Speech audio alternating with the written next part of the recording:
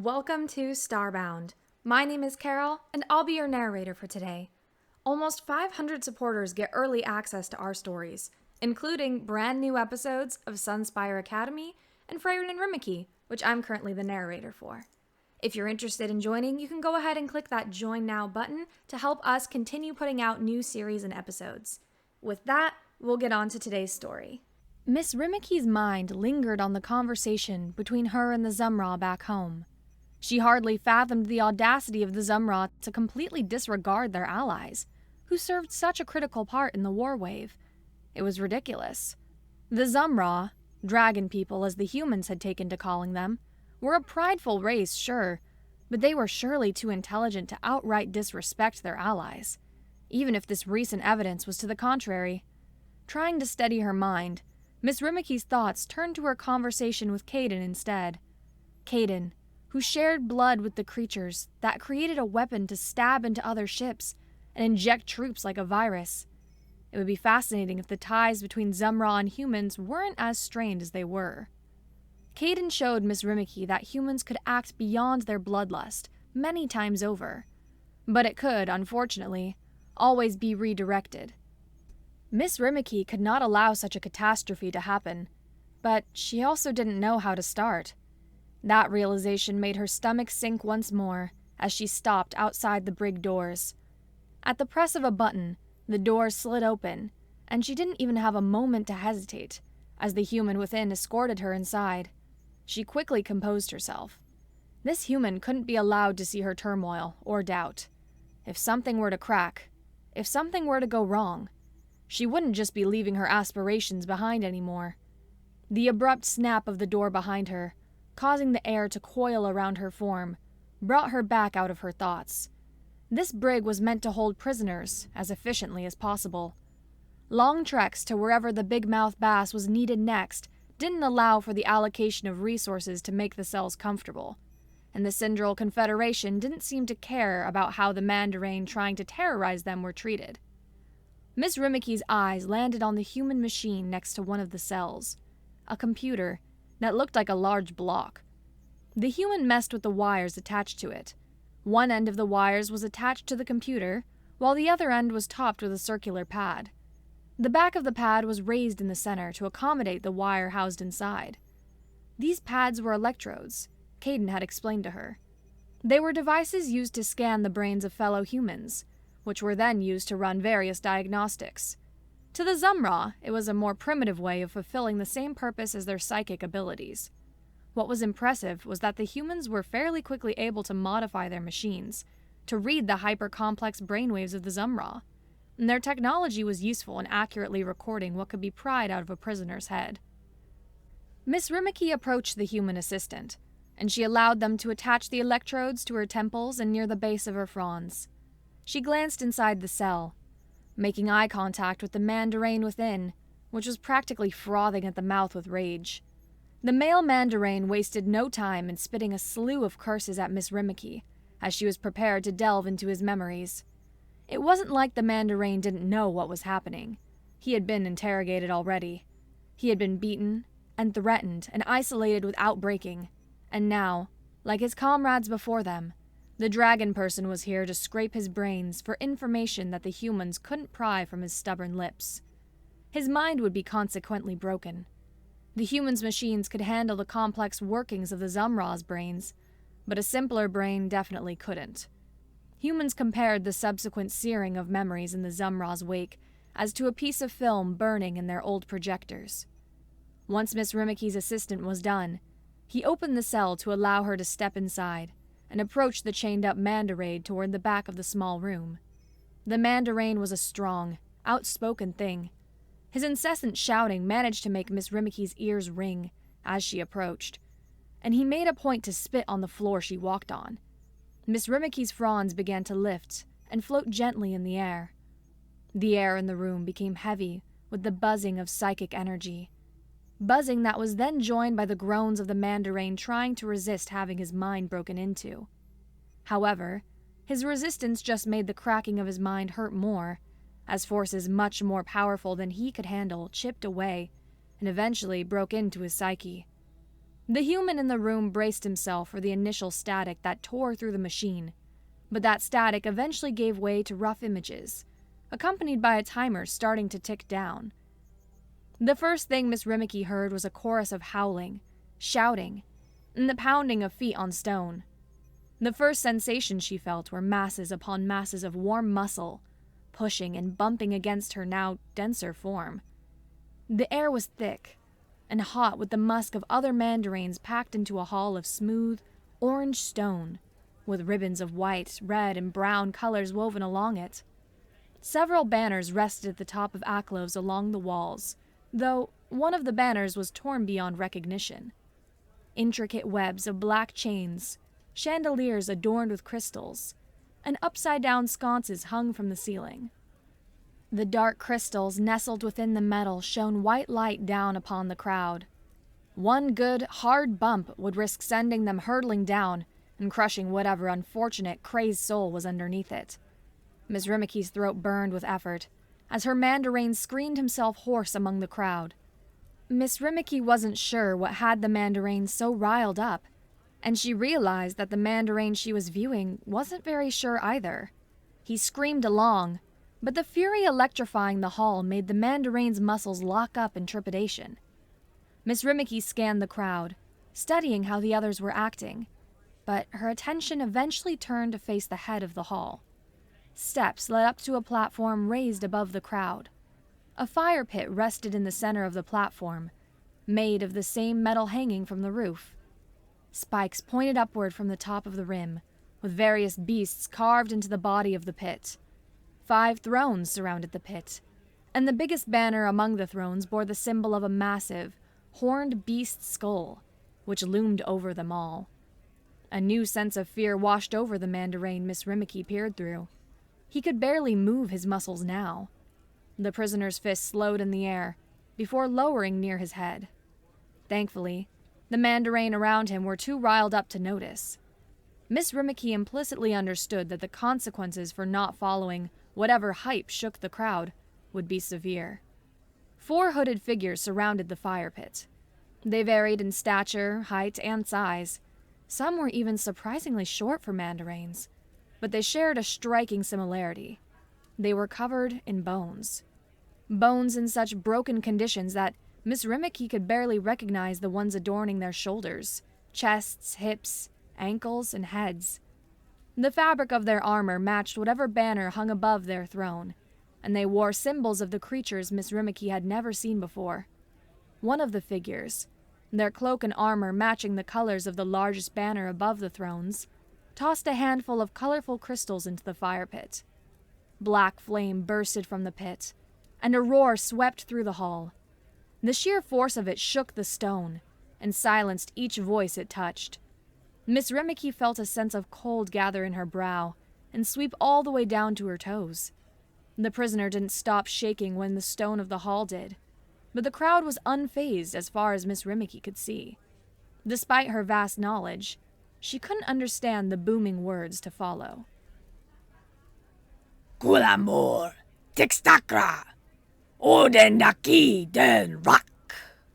The voice roared. It caused Miss Rimiki's thoughts to shiver and shake hard enough that they might break. The memories burnt faster. Embers from the fire flitted off and stuck to the stone wall, tearing pieces off and leaving nothing but a void of thoughts. Miss Rimiki had to focus. She couldn't let her or the mandarain's minds break down here. The fire settled into a calmer smolder as the tremors faded, and the crowd watched as the hooded figure stepped forward. He drew his hood back, revealing a crown of crystals and bone embedded in his head. He stared down at the crowd with a stern, piercing gaze. Thankfully, Miss Rimiki was more familiar with the language of the mandarain, and the human's machines recorded every word. Kalakiri has imbued us with direction once more, he began, spreading his arms as wide as he could. We are to attack Earth, to cut off the head of the Leviathan by destroying its most precious treasure. As the mandarain spoke, the fire crackled and energized itself again. A low growl shook through the hall once more, and Miss Rimiki felt a wave of frenzy pass through her mandarain and the crowd in the hall. Howls and shouts and stomps shook the floor once more, but Miss Rimiki's mandarin only felt sickness, and dread forming a pit in his stomach. Each blast of heat from her neighbor's skin only made the coldness in hers more obvious. The reasons why the prisoner was so hesitant to disobey grew clearer, as Miss Rimiki lingered in his mind. The hooded figures were chosen to understand the gods and to lead their people. They were avatars. They'd somehow proven themselves to be worthy. The one speaking, Atrex, silenced the voices of the crowd with another roar of flame that followed every sweeping motion of his arm. "We will all work together to overcome this threat to our kind, ambitions, and ideals!" Atrex sneered. His smirk was audible in his tone. The other avatars paused. They didn't move to take off their hoods, but their arms, eventually, with some reluctance, shot out and slammed against their chests in agreement. The bang of muscle against metal was immediately accompanied by the sound of the gathering hall's doors being slammed open. The force made their chains, chandeliers, and sconces above sway angrily, threatening to crush the newcomers. The group was small, and their symbols were crossed, slashed, or gouged out, forgotten, as they should be. Despite their group's size, the ire and weariness they drew upon themselves would make anyone think they'd brought 1,000 men. Miss Rimiki's heart sank as they started to move.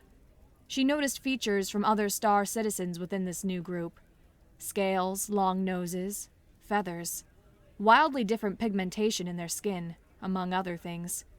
Each of their steps made the ground curl underneath their feet like burning film. Their very presence was causing the memory to fade faster. Instead of rage, Miss Rimiki's mandarin felt a mix of dread and curiosity. They were called assimilators, acting as if they were ashamed of their heritage. A lone female walked in front of them. "Storming Earth would be a fool's errand," she said confidently, as she dared to step forward. Her voice was gruff, but had a smooth edge to it that other mandarins never adopted. She wore a blood-orange, crystalline circlet. Her chestplate looked as if it were made of scraps from the armor of other star citizens. Fragments of bright blue energy adorned her shoulders and lined the bottom of the chestplate like fins, while orange crystals made her exposed ribs glitter in the light. Her stride was steady, and her small smirk was unhindered by the gathering hall full of scornful fellows. She didn't try to muscle her way through the wall of meat before her. Instead, she let the crowd hold her back, finding a window in the mass to look at Atrex. "Zumir!" Atrex started, but a sharp click from Zumir's tongue silenced him. "Can't you feel it? I cannot hide of being thrown into the jaws of the humans and their little pets. Or is Kalikiri shielding you from the overwhelming sense of doubt?" She jeered wistfully, both challenging yet not entirely there. Miss Rimiki felt a wave of uncertainty ripple through the crowd. She felt wrong, as if 100 eyes were boring into her soul as Zumir scanned the crowd. "You dare demand we throw away our pride when you mix our blood with lesser races? My kin would never stoop so low as to sully our heritage, our gifts from the gods." Atrix snapped back in a snarl toward Zumir. "Then let's settle this as the gods would. A trial of blood." Zumir immediately shot back with wicked glee. She raised her arms in challenge, nothing to fear or hide. "Whoever wins takes control of the ideals of our people. The blessings of Kalikiri should win easily if they're right." "Very well," he said through gritted teeth. He retrieved a heavy maul from the side of his throne, spiked with crystal, and made of the same black metal as his armor. "Good. Very good," Zumir replied with a wide, knowing grin. She started walking forward once more. The crowd split in half for her to approach the avatars. Miss Rimiki began to feel a cool weight crawl up her back. At first, Miss Rimiki thought it was dread within her mandarin, though that quickly changed as Zumir approached. Like the other avatars, Zumir wore bones and trophies from her conquests. But Miss Rimiki could recognize something eerily similar to herself. The fronds of the Zumra. They weren't just trophies either. They were attached to Zumir's head and neck. They weren't drained of color, nor did they dangle limply.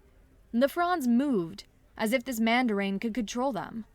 Her gaze snapped Miss Rimiki out of focusing on the fronds, and that 1 second of eye contact sent a shiver down her spine. The memories started to grow unsteady.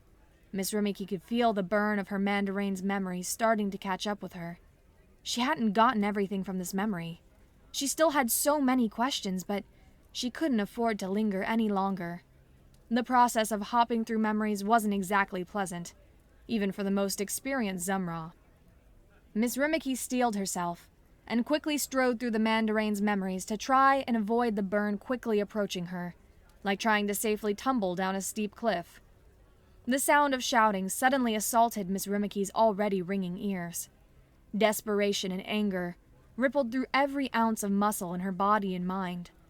The crackle of fire barely pierced through the voices trapped in a fierce argument, and she could tell her own voice had joined that argument by how much her throat burned. To even doubt Kilikiri means you're a stain on the war, one voice shouted. The mandarin's mind recognized him as Lomuk. You saw what happened. Kalikiri's strength is wavering. A new path is calling us. Miss Rimiki's mandarin, Terran, shouted back. An assimilator has never put up such a fight before. Another voice, still dazed by the duel, said as she stared into the fire for answers. Lomuk gritted his teeth and growled. His muscles were as tense as a tiger ready to pounce, but he was also outnumbered. His comrades surrounding the fire with him were mostly focused on contemplating or arguing. Despite Miss Rimiki's move to escape the burn, she noticed embers kicked up from the growing argument settled, and started peeling away the scene before her. I should kill you, useless blood, Lomuk said, as he spit on the ground. His hands balled into fists that itched to reach for his weapon. Kalikiri vied for him to at least kill a few of these traitors, before he himself was subdued. Terran beat him to the punch, though, literally. Miss Rimiki felt her muscles tense, before her mandarin sprung into a swift punch to Lomuk's jaw that sent him to the ground. You're blind! You'll die on the front lines, just like the others! They all would at this rate. I'm not gonna jump into the jaws of the Leviathan!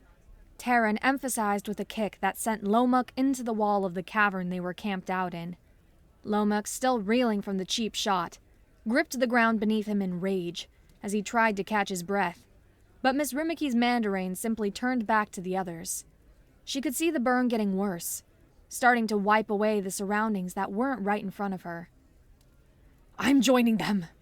Anyone is welcome to follow, Terran said bluntly. As he walked away, he didn't turn around to see who followed him. But Miss Rimiki heard the sound of a handful of footfalls trailing behind Terran as he walked away. Maybe half?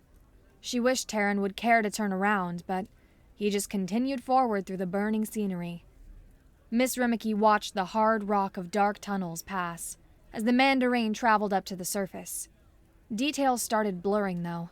Chittering insects slowly melted into long drawls of noise, stretching throughout the journey.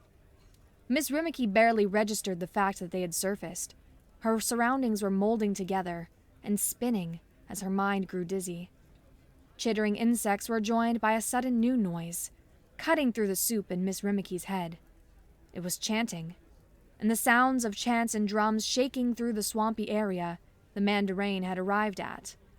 The village suspended over the murky water was held up by barren trees that reached towards and stole the light of the stars. Each step the group took closer to the largest hut in the suspended village made the peeling environment worse. Miss Rimiki worried that she would fall into the void the burn left behind, though she pressed forward. The memories were too important to abandon now, despite the pounding in her head. The smell of burning flesh joined the music. Miss Rimiki heard loud bangs, whistling crystals, hollowed-out fangs from reptiles in the murky water, and hard membranes of large insects' wings clapping together. Howling and yipping joined the sounds of the instruments. its pitch raised and lowered rapidly, and it rolled in the back of the throats of the singing mandarins. Blood orange light radiated from any crack it could find, dancing on the pathways, between trees and buildings, and illuminating the shadows of small bugs dancing in a halo above the largest hut. Miss Rimiki's mind had barely settled when she realized that the group had finally entered the hut. The crackle of fire caught her attention once more. The pit was smaller than the one in the gathering hall. Miss Rimiki could finally see how many mandarin had joined Terran, but her attention was drawn to Zamir standing in front of the fire. She was ruined. Her leg had been replaced by an Optican's talon, while her arm was twisted and shattered, hanging limply by her side while she simply ignored it. Some of the fronds were cut off, the lengths of them now uneven. She barely turned to face the new blood ushered into the room by some of the dangers. "I'm glad you've all come to see reason," Zamir said absent-mindedly. She finally glanced back at the group, revealing the crystals lodged in her head where her eye used to be.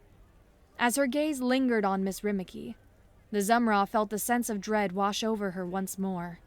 It felt like she was being watched by many more pairs of eyes than were present in the hut. Soft chitters rumbled within the wood of the building.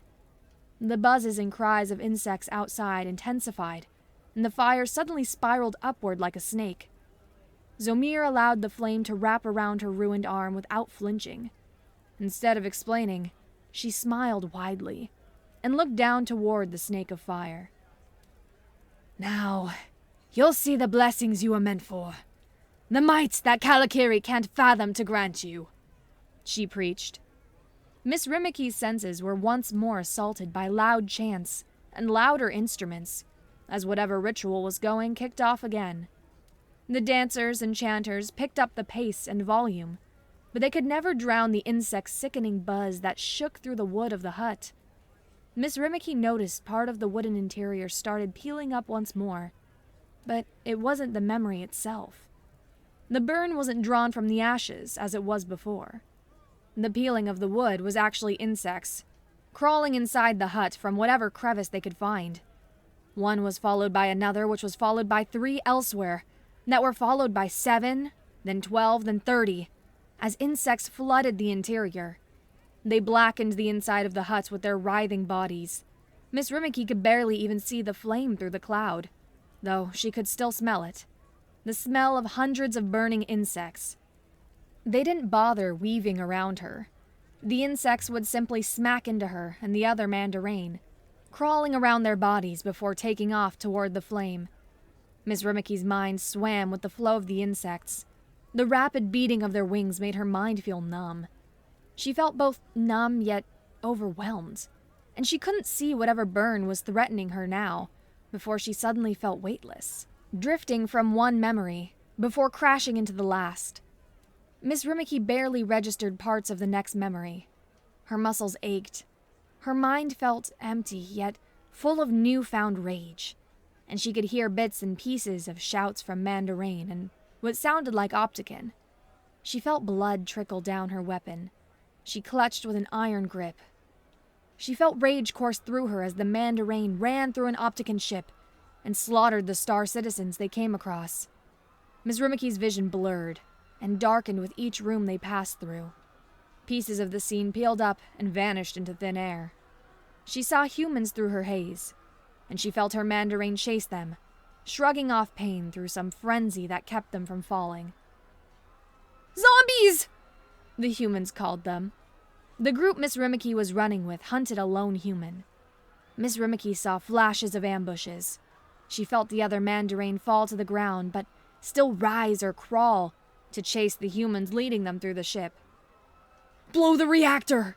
Miss Rimiki heard in passing. The words echoed in her mind as Terran tore through the ship. "Meet at the escape shuttle!" she heard next. She felt Terran grappling with a human in the last fleeting moments of memory. The human had knocked his weapon away.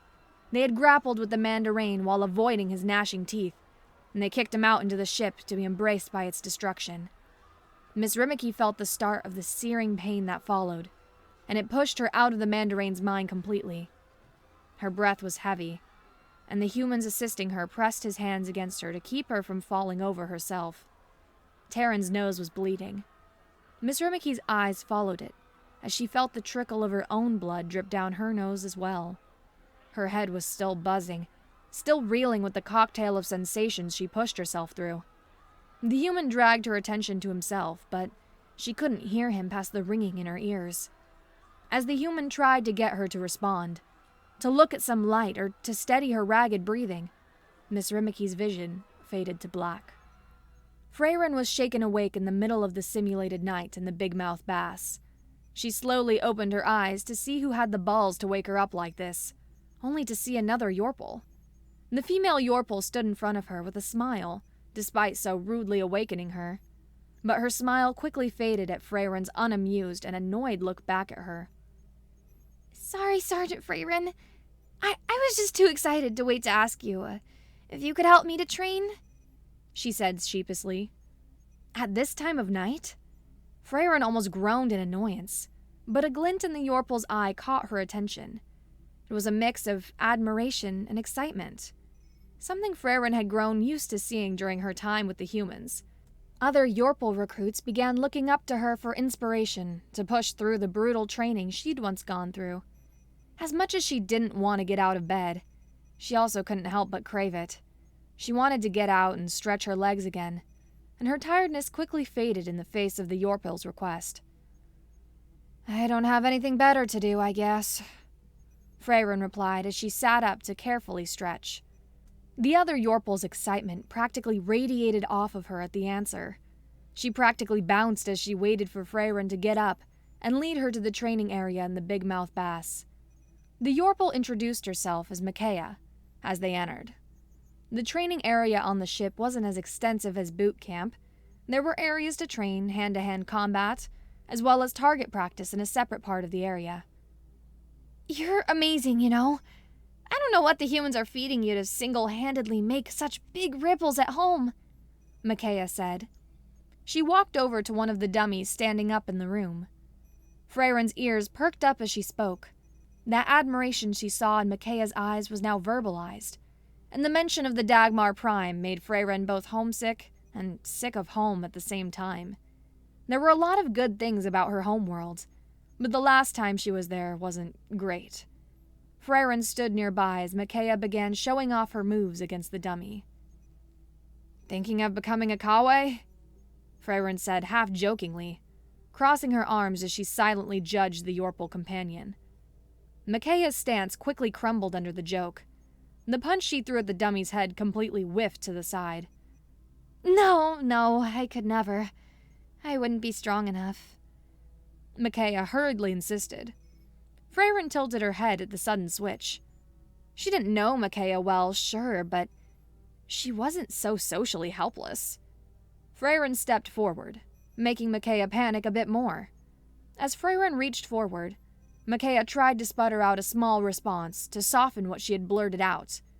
Frairen simply repositioned her arms, putting the Yorpal into a stance that Frairen had used herself out in the field.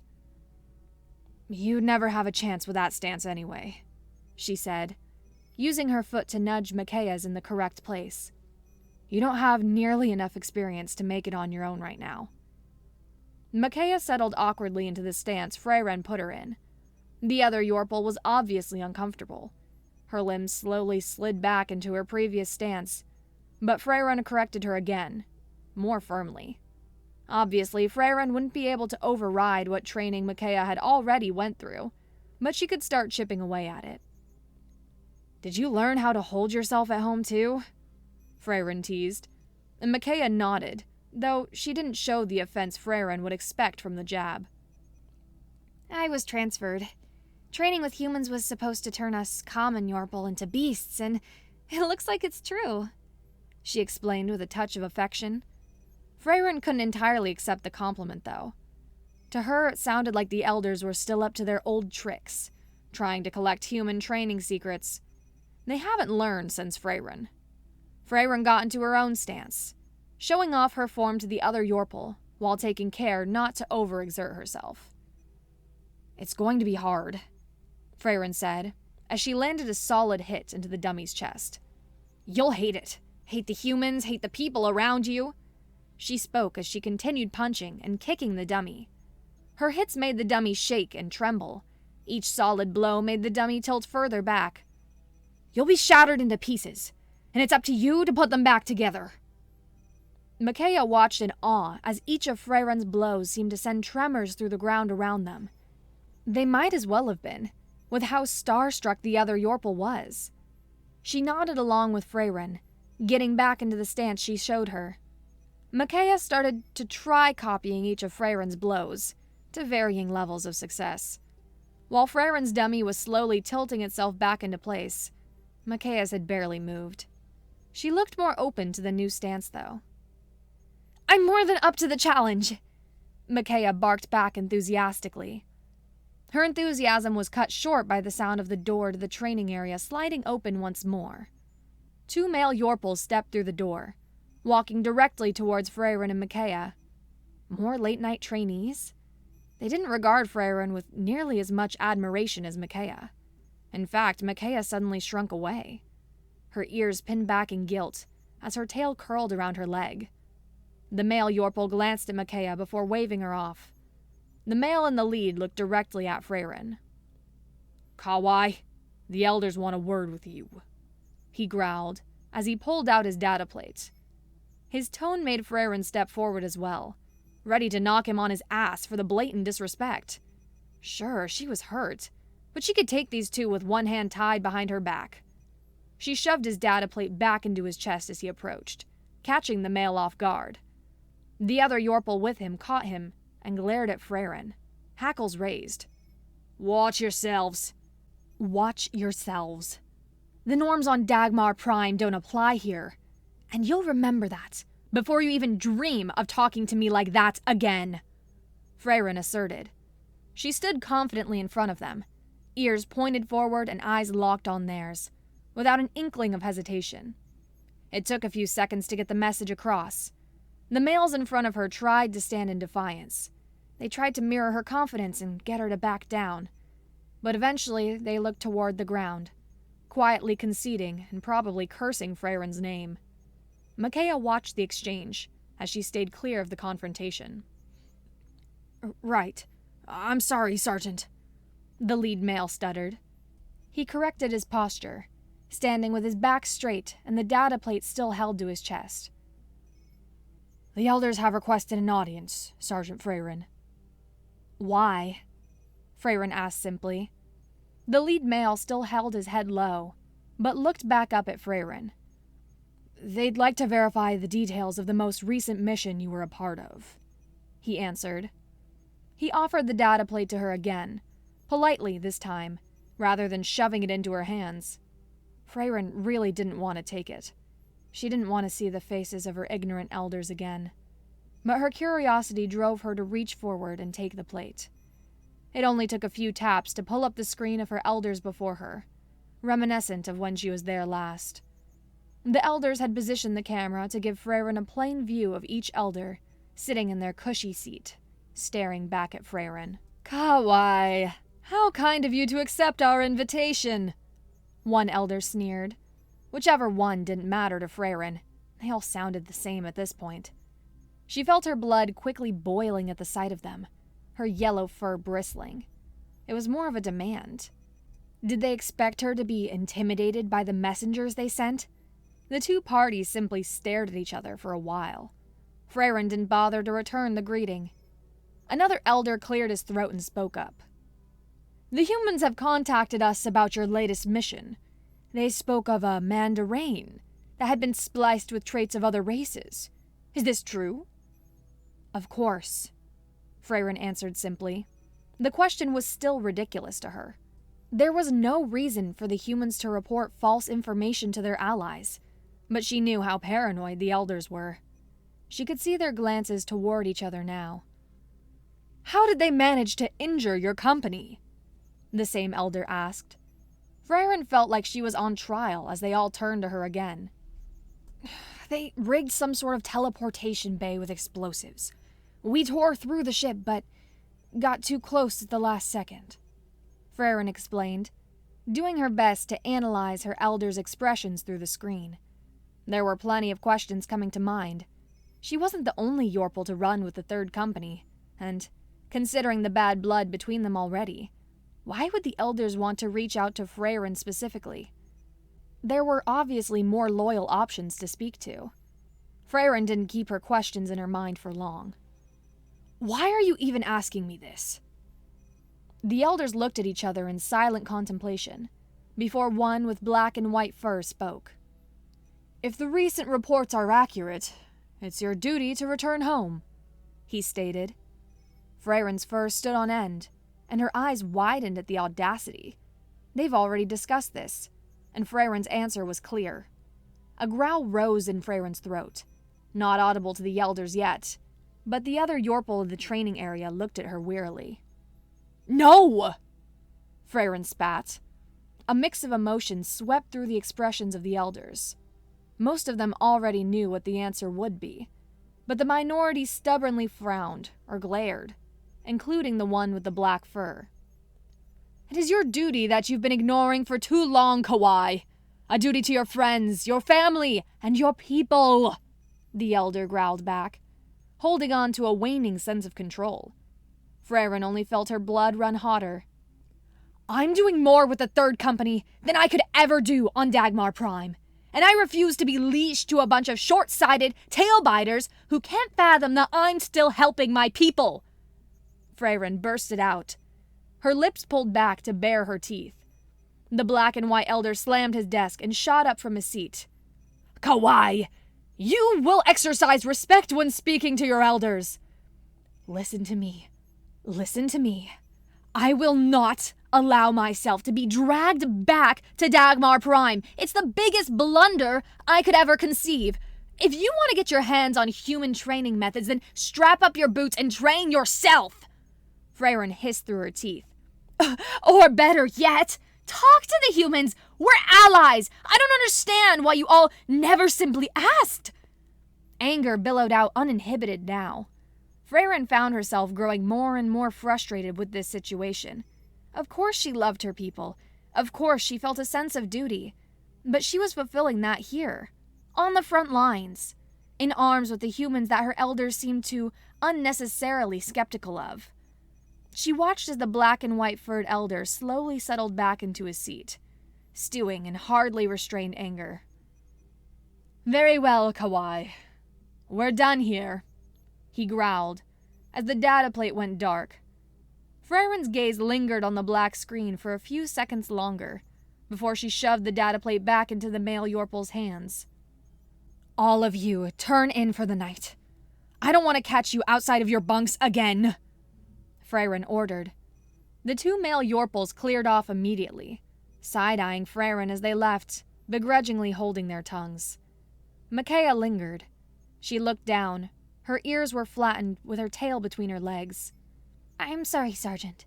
Thank you for the pointers, she murmured. Frairen's hard glare didn't soften for Micaiah, sending Micaiah scurrying off to bed as well. Frairen took a long, deep breath and sighed before turning back to the dummies. She should have probably gone back to bed as well, but her muscles were still tight with anger. She needed space and a place to blow off some steam. The training area was perfect for that right now.